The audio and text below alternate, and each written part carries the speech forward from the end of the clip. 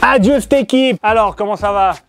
On est de retour aujourd'hui pour vous faire un petit unboxing de ce micro qui est un micro Blue Yeti X. Probablement la plupart d'entre vous connaissez déjà cette marque Blue, très connue des streamers surtout. Du coup, on va vous déballer tout ça.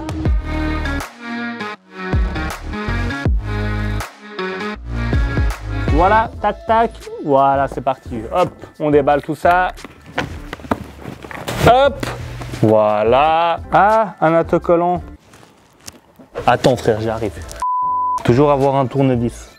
Hop, voilà, tout va bien, tout va bien. Donc, qu'est-ce qu'il y a là-dedans? Tout d'abord, petit mode d'emploi pour nous expliquer un peu comment ça se passe, comment utiliser le micro. Voilà, très bien. Voilà, c'est ça le mode d'emploi qu'on a envie. Tu sais, un mode d'emploi, il y a une page, tout va bien. Voilà. Alors, qu'est-ce qu'il y a après?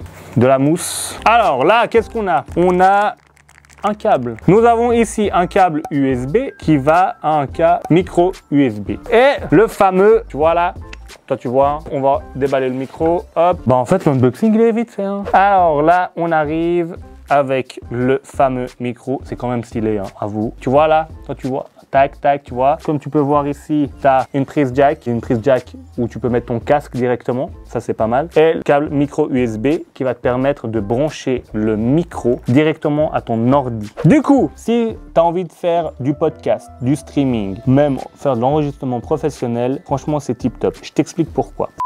C'est pas une connexion XLR, c'est une connexion micro USB. Tu peux la connecter justement à ton ordi et grâce à l'application Logitech G Hub, tu vas pouvoir en fin de compte directement sur ton ordi régler en fin de compte pas mal de détails par rapport à l'enregistrement du micro. Si tu fais du stream ou du podcast, c'est nickel. Tu as ton petit ordi portable à côté de toi, tac, tu branches, tu enregistres et boum, t'uploades sur Spotify, Deezer ou ce que tu veux. Si tu es en stream, tu vas pouvoir gérer ton son picobello. C'est vraiment tip top. Faut que tu essayes, faut que tu checkes avec le logiciel G-Hub. Le design, c'est un beau design, tip top, nickel et tout. Là, tu peux voir, il y a une petite roulette ici. C'est pour régler le volume. Mais en fait, ce qui est cool, c'est que tu peux régler plusieurs volumes. Il y a des couleurs LED qui changent et les LED te permettent de savoir en fin de compte si tu es trop haut dans le son ou pas par rapport au micro. Si à un moment donné, par exemple, tu as réglé ton micro beaucoup trop haut pour l'enregistrement, ça va arriver un peu sur le rouge puis il va te dire hey, frérot, là, le volume il est un peu trop haut, tu diminues et comme ça tu es sûr d'avoir un son picobello. En plus de ça, ce qui est cool, c'est que en fait tu peux appuyer sur le bouton là. Du coup, tu peux aussi régler le son de ton casque directement via ça. Donc t'appuies le bouton, tac tac, ça change. Ça switch. Et évidemment, en cliquant, tu peux aussi mute ton micro. Ensuite, là derrière, tu vois pattern, là, c'est marqué pattern. En fin de compte, tu peux régler la manière d'enregistrement. Faut savoir que là, le micro, il est en mode 360. Et en fait, grâce au pattern, il y en a 4 différents. Je te donne un exemple. Admettons, tu es en mode stream, tu as envie qu'il n'y ait que le son qui arrive dans ce sens-là. Il est comme ça, tout va bien. Il va enregistrer ici. Voilà, tac. En fin de compte, tu vas dire au micro, frérot, je veux que tu enregistres que le son qui va arriver de devant. Du coup, tout ce qui passe par derrière, ça n'enregistre pas. Ce qui permet justement d'éviter qu'il y ait des bruits de, je sais pas, de voiture, de vent, bref. Ensuite, tu as après évidemment d'autres options. Tu en as une où ça enregistre 360. Tu veux faire un podcast, vous êtes deux. Tu mets le micro au milieu, la personne elle est en face, toi tu es là. Il va prendre le son de cette manière-là. Et comme ça va enregistrer des deux côtés et tu auras un son nickel aussi. Et après, évidemment, tu as aussi le mode où il va prendre tout. Écoute mon ami, on va faire un test. Je vais brancher ce micro directement au Canon. Comme ça, vous allez pouvoir faire la différence entre ce micro-là et le Wireless Go ici pour qu'on puisse voir la différence.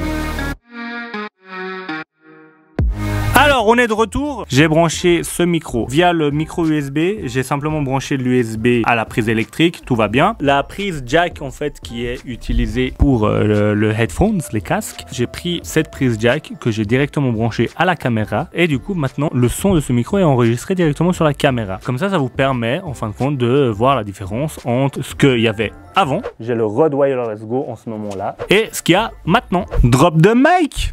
Non, en fait, non, c'est trop lourd. On va pas faire à la Obama. Mettez un commentaire et tout, et puis dites-nous quel est le son que vous préférez. Écoutez, moi je reconnais bon. Si on voit que finalement le son est meilleur avec le Blue, probablement que les prochaines vidéos, on va les tourner avec le Blue. On va se mettre un petit pied comme ça en mode podcast. On va faire l'unboxing avec ça. Allez, passe un beau week-end. À plus.